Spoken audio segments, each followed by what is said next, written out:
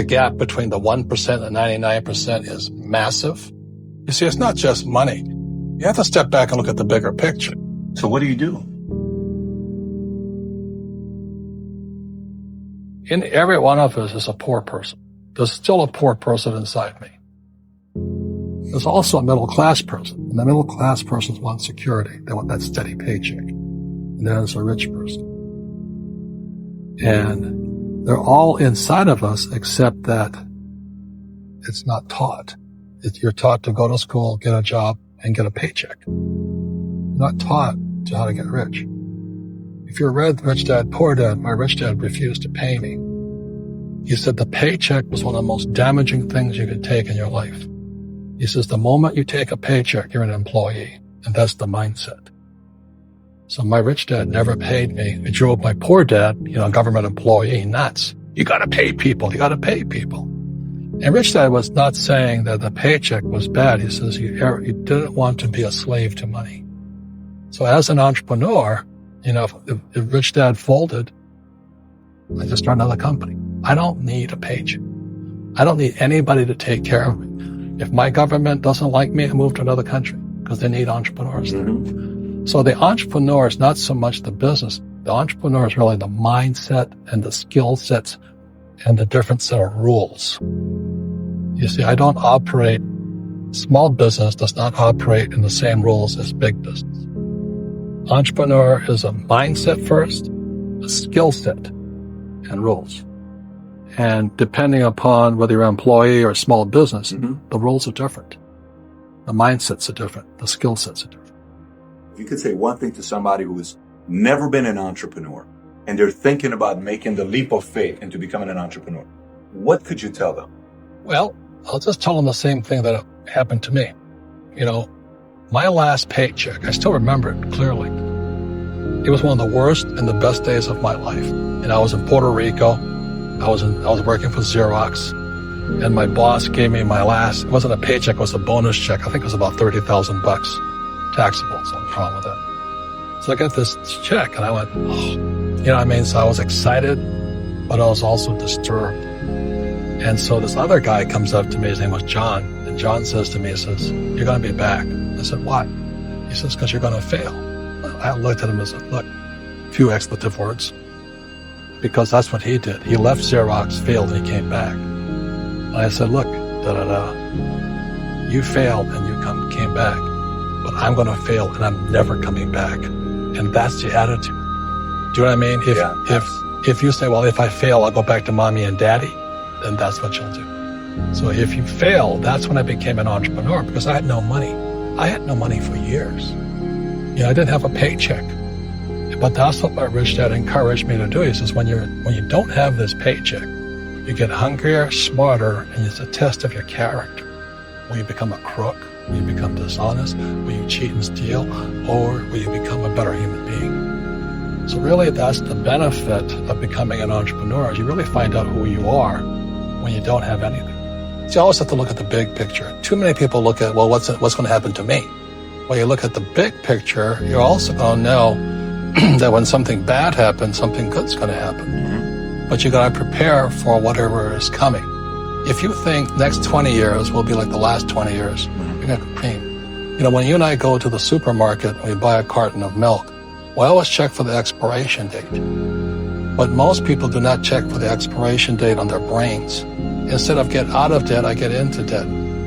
I just refinanced $300 million in debt. I went from 5% to 2.5% interest. I made a fortune. Every month, more money comes in because my cost of money has gone down. So while some financial experts are saying get out of debt, I'm saying learn how to use debt. So when I came back from in Vietnam in January of '73, the first thing my rich dad said to me was go to school to learn how to invest in real estate. It wasn't real estate, it was how to use debt and taxes. Debt and taxes make the rich richer.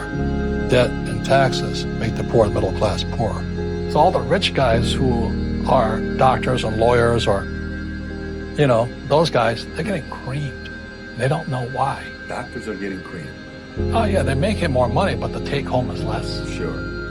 My doctor just yelled at me. He was happy. He said, oh, guess what? I finally made $1 million. And I said, yeah, this was just 3 weeks ago. And so I said, yeah, well, how much you pay in tax? He says, $750,000 in tax. But his net was about $400,000. That's not bad. But when I make $1 million, I keep $1 million. And the reason is because I don't make it by working for money. See, if you work for money, you're taxed. So that's why lesson number 1 in Rich Dad Poor Dad is the rich don't work for money. What we do instead is we create businesses as entrepreneurs. We acquire real estate. I don't want to invest in the stock market. So the reason is because as entrepreneurs, I have more control over my income, how much I make, and how much I pay in taxes. And because I'm an entrepreneur as well as an investor in real estate, I pay 0 tax. So every time I make, let's say, $1 million as an entrepreneur, I immediately invested in real estate and have a 4-to-1 step up.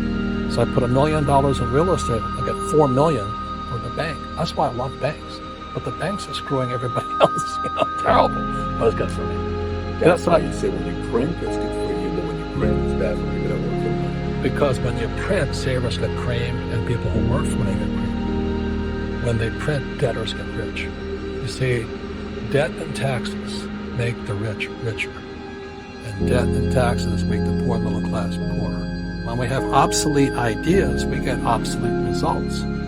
So what's happening for most people, the idea of going to school, getting a job, working hard, saving money, getting out of debt, buying your house because it's an asset and investing for the long term, is obsolete. The world has changed. The world changed in 1971 when President Nixon took us off the gold standard and money became debt. What if we get rid of school? Then what would happen? Would it be better if we had no educational system at all? No, I'm saying education is more important before. It's just obsolete.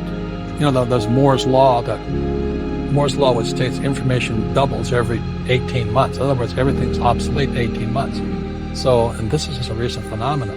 So when you come out of school, you're already obsolete.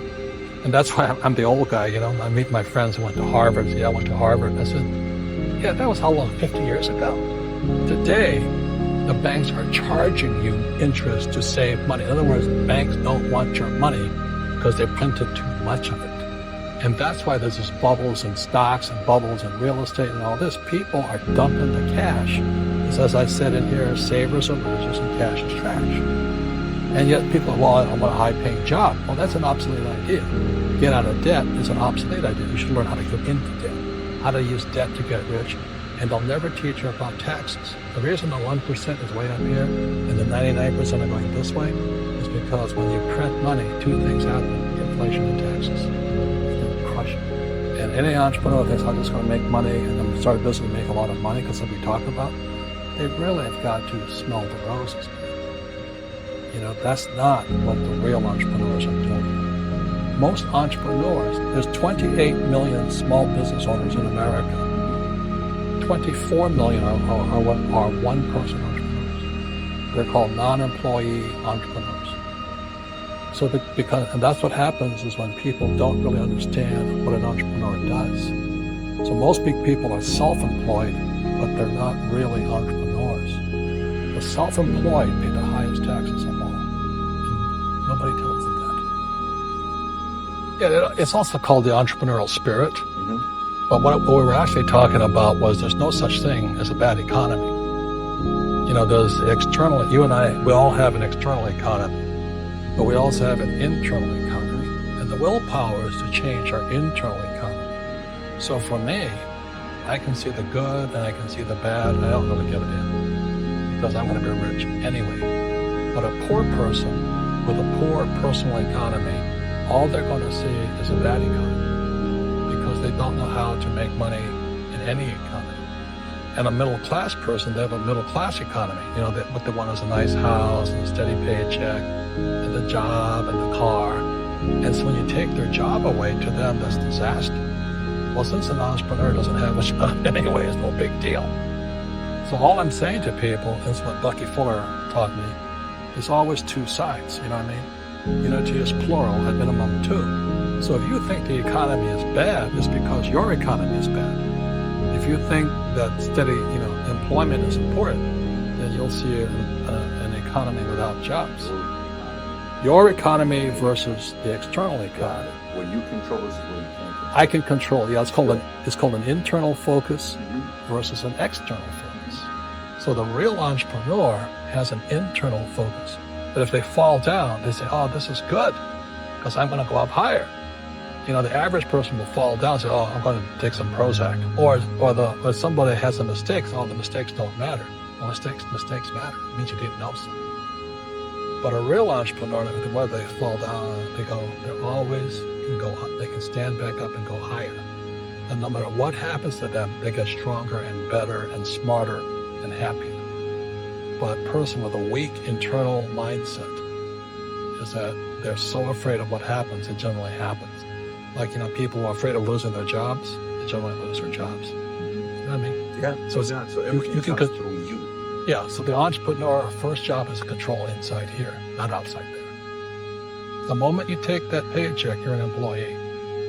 You've got to be stronger than that. It's about inside control.